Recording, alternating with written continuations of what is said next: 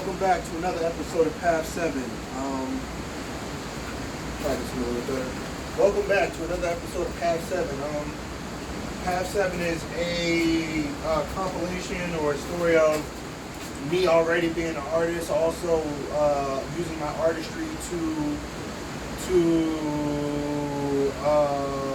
I guess help me journal my spiritual path. As in saying that, allowing myself to keep growing.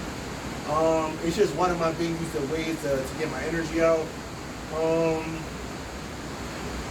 As in saying that, I'm allowing my shamanistic journey or my spirituality to guide me at this point. I'm not allowing things to take my focus from where I need to go, and kind of just guiding my own inner compass or my own inner light to kind of just stay in between the lines of who I am and not try to deviate from what my journey is trying to take me to.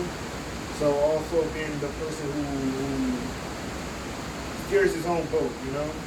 I have my own drum, I beat my own drum. There's nobody helping me do it, it's all me. My connection to God, my connection to myself, allowing myself to grow, not allowing too many things to interfere with my service of myself. And allowing myself to just keep getting better, man. Just staying humble. Let's not stay humble. Staying away from the ego, allowing the ego to serve its purpose, which is in giving me light, but at the same time, not allowing that to steer the ship, allowing my soul to guide the journey. And one of my greatest lessons of today is just understanding that when we are blending these different timelines and moving in certain ways in which we can't really control the situation, but understand which timeline we're in, which level of trauma that we're traversing and kind of grabbing and traveling through, and just allowing myself to stay on the path of that, and just allowing the process just to be what it is, and not allowing it to take from me the things that I need to grow, you know, allowing the journey to be what it is, but not allowing the journey to be taken from me. And one of the biggest things I'm noticing is that a lot of people will come into your life and come into your channel and try to push you out of being you and step into a role of being you in their own timeline, but they haven't done the inner work. So even if they're pretending to be you, at the same point, it's just like you're pretending to be me, but you haven't done the work in your own timeline. So it's like even if you're trying to be me, you haven't done the work to properly be me. You know what I mean? So or be that star in their own show. It's like you can't be somebody you're not. The only thing you can be is yourself. So as I'm saying that, just keep aligning with the versions of yourself that are also on a path of enlightenment and finding themselves, and they don't have to draw upon your own energy and they can do their own thing without needing your light. Allowing yourself to light their fire, and then allowing that fire to accumulate and then turn to their own. So there's no way someone can take your fire and then just say, hey, this is me, this is mine, I came up with this, or I took this spark. I've grown past where I was, where I thought I was at, and once I grew past that, I kind of find it on my own. Like, I found the blueprint and then I made it my own. So just pay attention to, how do I want to say it? Pay attention to how people are impersonating other people.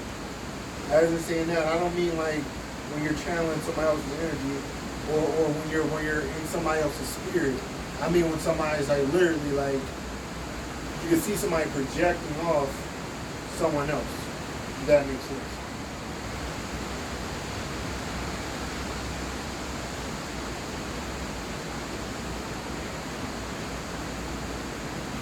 So yeah, let's get straight into this piece.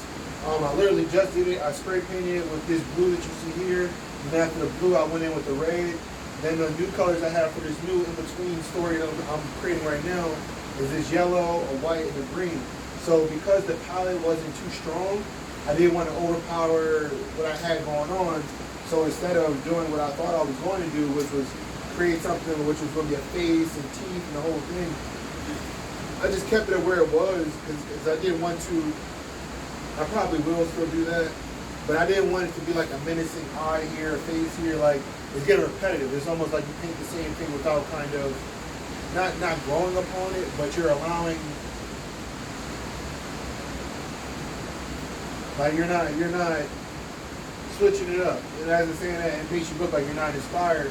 When I actually was thinking of Final Fantasy X, the first monster you fight after you get Baal for, before you get in for Ifrit, before you get in for that the weird big pink green vine thing that poisons you when it hits you. So that's still like allowing myself to live in my 12th house, or not my 12th house, but being my son of Aquarius and activating my soul, well, not my soul, but my masculine energy, and loading it through my Venus in my first house, and creating this piece here, which I did straight from my brain, from my mind, subconsciously. So like I said, I don't know what you think it to be. I just didn't want it to be like the normal one eye, like a pumpkin with teeth kind of thing. I didn't want to do that. And that goes back to my old piece that I did back in the day called Cineverse. So it's interesting when you start to like actually understand that like you're either, as an artist, you're either pulling from your subconscious or you're taking someone else's like idea and you're just recreating it. And you're getting paid to recreate somebody else's artwork. So that's why I think that you're not an artist, you're just somebody who draws, you know. So as somebody who is a real artist and I'm creating from my own subconscious, and no one's actually, you know, no one's giving me this and saying like, hey, paint this. This is all from my subconscious and I'm just creating it. So like I said, this reminds me of my past, my childhood. When I was playing Final Fantasy X, I was about 10 years old. It was the first game I ever got on my PlayStation 2. It was really my birthday, on my 10th birthday. I want to say, I don't know if I was in Delaware yet or if I was still in Georgia, but that's what it reminds me of. It's always being able to access the mind and go through different portals and dimensions and go back to time travel. We're literally time travelers, just we're in the vessel, but a lot of some people are more human, meaning they can't get past the shell. Once you get past the shell of who you are, you can understand that you're a timeless being of infinite possibilities. And as a being of infinite possibilities, you allow the Most High to literally like just kind of guide your ship. And you're just the person who's kind of just navigating and making sure that no one else is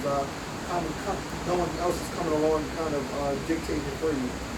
So one of the things you want to always be blessed and thankful for is just always being yourself and not allowing anybody to take from you the things that you cultivate within yourself.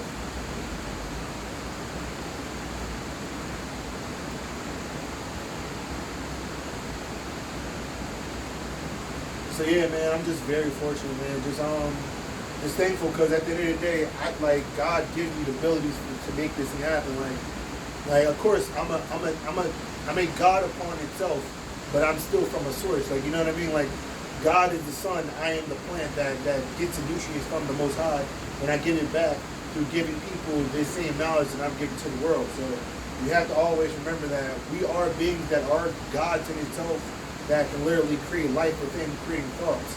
And we can change our atoms, and when we change ourselves in atoms, we can literally create life and change that life to be whatever you want it to be. So it's always just allowing yourself to grow upon these things and not allow anything to dictate where you think you're going or where the universe wants you to go. It's always being in a space where you are cultivating your own space and you're co-creating with the universe and the Most High. Give me one second. And one of the pieces I'm extremely happy about is this piece here. It doesn't have a name for it yet. When I was painting from all four different sides, meaning I just kept turning it as I was painting it. And as in that, I found like a lot of different images in one painting. So it was really cool, man, just allowing yourself to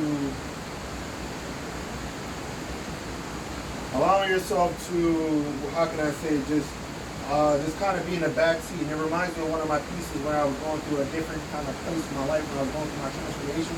Because there's no such thing as death, it's just always transformation. So at this point in my life, what I was doing was I was kind of just creating from a space of void and just kind of, I didn't know I was dealing with the things that I was dealing with, which were the blue aliens, which they say Horus or Heru is a blue alien.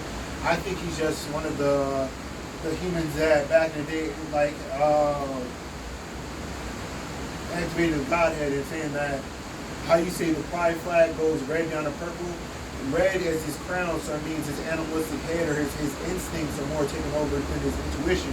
So as it's saying, he has a bird-like instincts, which means he has the crown of a bird or like an animalistic bird type of thing. Those are the characteristics he took on as a man.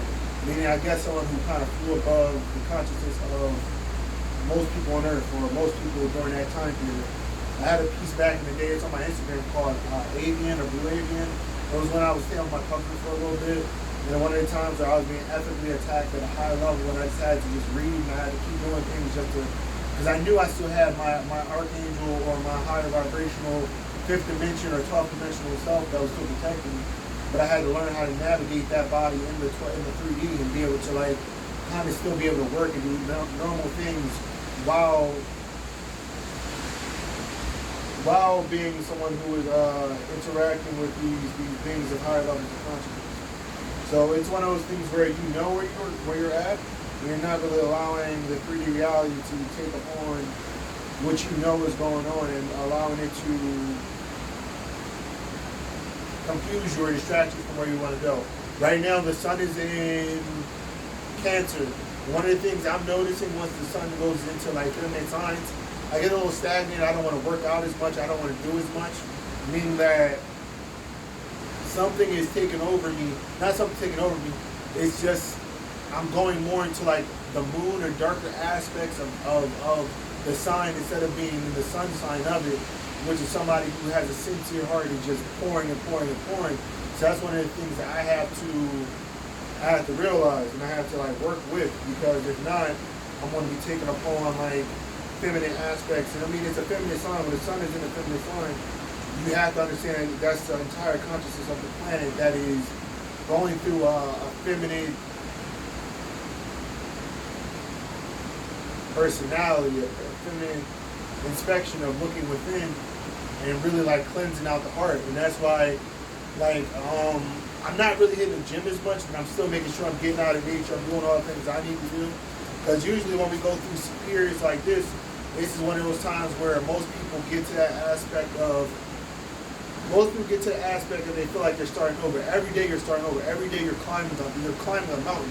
When you're climbing a mountain, you have to understand that, you know what I mean? This is one of the moments where I'm under attack, and like certain people are stealing my essence and they're trying to take my dream or trying to pretend to be me and act like they're doing things when I was just breaking out with the things that I used to do. So I'm realizing the 3D aspect of the new battle or the new attack that's going on upon us. And I'm at the same time, I'm learning how to just help other people through it by being just a small, well not small, but a guiding force that doesn't interfere with human consciousness, but just kind of don't go that way, go this way, don't go this way, ascend up and go through. Don't go backwards, go through.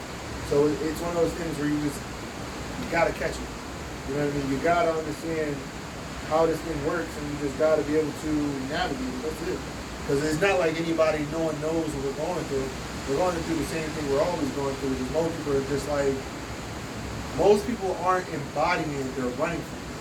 So like I said, this piece here, did it on all 4 different sides. This is one piece, one way I want to do it. I see me myself personally, I see a face again, eye, a nose here, and then this could be teeth right here for a little grin.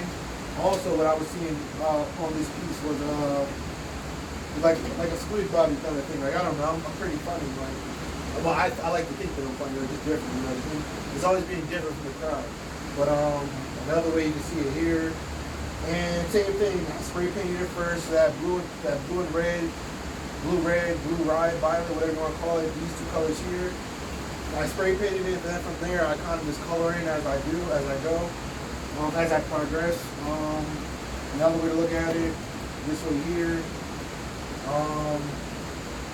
Same thing, like I said, this is what I was seeing, like the Squid Billy kind of thing. Like, I don't know, it's kind of funny, just doing different stuff, just challenging yourself to see life through a different perspective.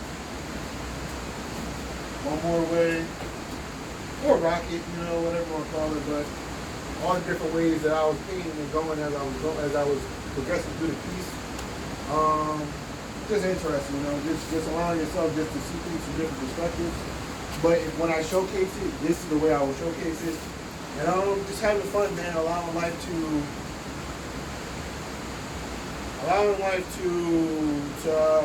just challenge me in different ways to keep going. That's the main point of the game.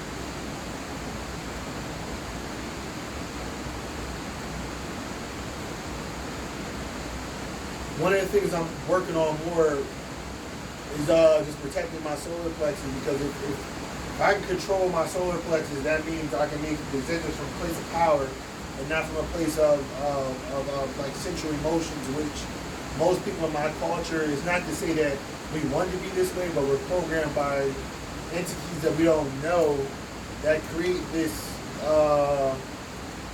this illusion to be that way, from a place of like everything being over-sexualized and over-socialized.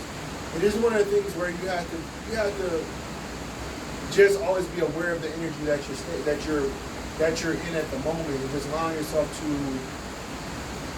kind of perceive the way that you want to perceive it, and not through the eyes of others. That means you're creating your own experience, not allowing other people to experience for you or experience through you.